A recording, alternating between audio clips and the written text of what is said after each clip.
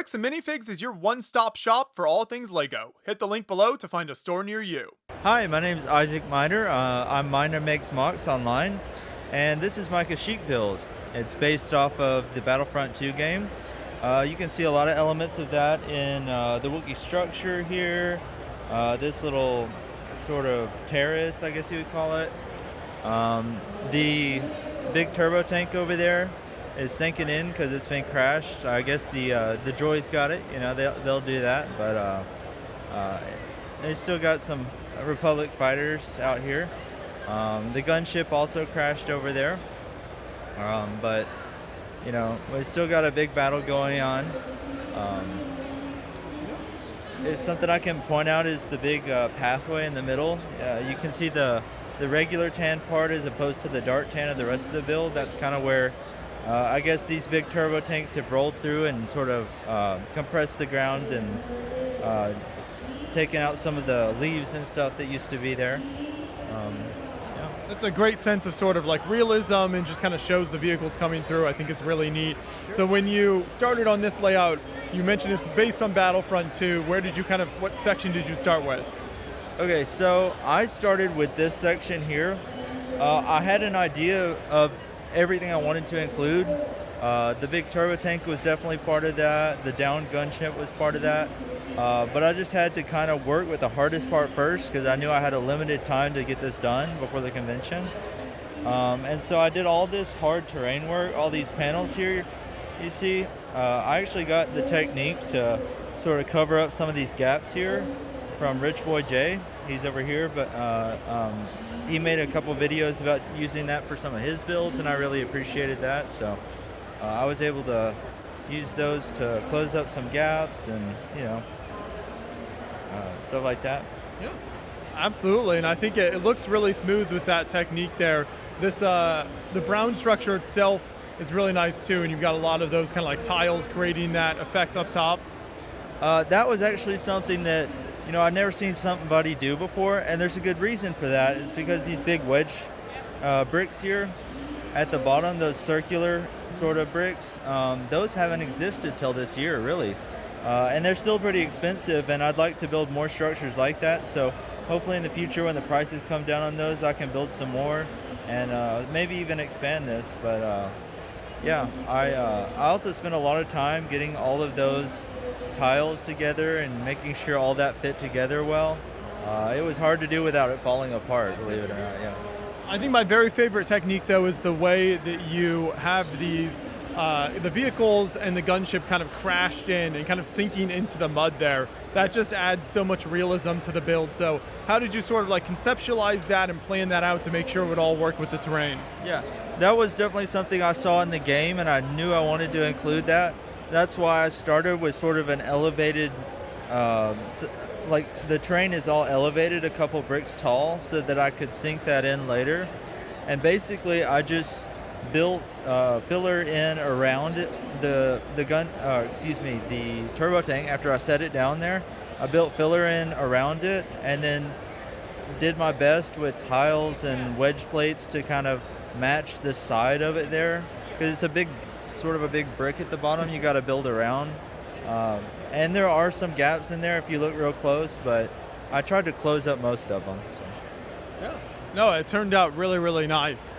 And then what do we have happening in kind of this corner over here? Okay, that was sort of just a last minute addition. One of the really fun characters to play in Battlefront is Grievous there, and I just have him sort of, I don't know if he's chatting with Captain Tarpal or what, but they might have a little showdown here in a minute, you know. And do you know how many pieces and minifigures are on the build? Ooh, that's a tough one. I guesstimated about 30,000 pieces. I know the turbo tank itself has about 8,000 in it. So it's a very intensive, part-intensive build there. And there's a lot in and under all of this as well. As far as minifigures go, I have no idea. I'd guess around 80 probably. I didn't want it to be too crowded with figures, but I also wanted to show just a really intense battle. So that was a delicate balance I had to sort of figure out too there. One of the interesting terrain choices here is the way you've incorporated kind of bits of water in throughout the build. So how did you sort of do that to kind of break up some of the tans and dark tans? Yeah. Okay, so Kashyyyk is a very swampy planet, especially in the game. You're always running through puddles and stuff, so that was another element that was important to me.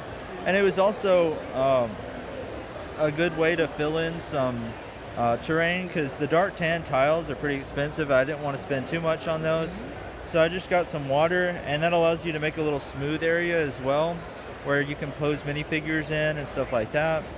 And I just laid tiles down on top of the plates that are covering all the filler down there, because I didn't want any of the random colors of the filler to come through, so I had to put down something on top first before I put the tiles on. And it also added some strength to it, having all those layers of things stacked, so that I can actually carry these sections with no support underneath, and they stay together decently in the car on the way up here. So set up pretty easy then. What was that like when you got to Brick Fair? okay, there were some things that I had to sort of rebuild. The tank shifted when it was in the car, and so I had to sort of put the edges back on around it, and some of the shocks and things for the tank itself fell off. But most everything else stayed together pretty well. I had to take the building off. I had to take all of the vehicles and figures off to make sure they all stayed good. And you know, it's just a guessing game when you're driving as far as I did.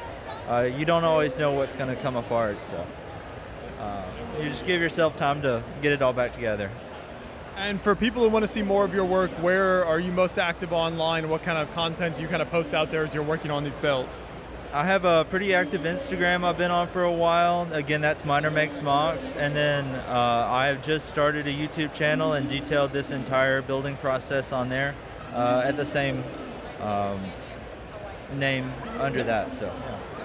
Very cool. How do you find kind of creating content around your build changes the process at all, or what do you learn from doing that as you're sort of like really documenting that process closely?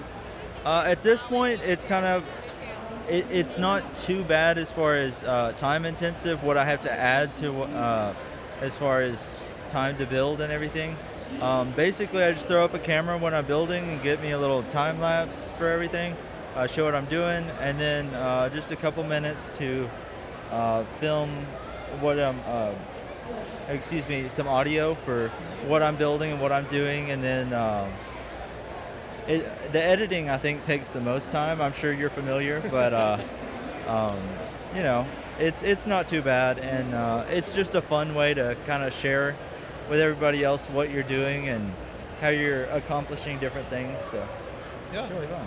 One final detail that John was just showing here is this really cool lettering you did in the base, and I love that because it helps kind of add some extra detail to the black border there.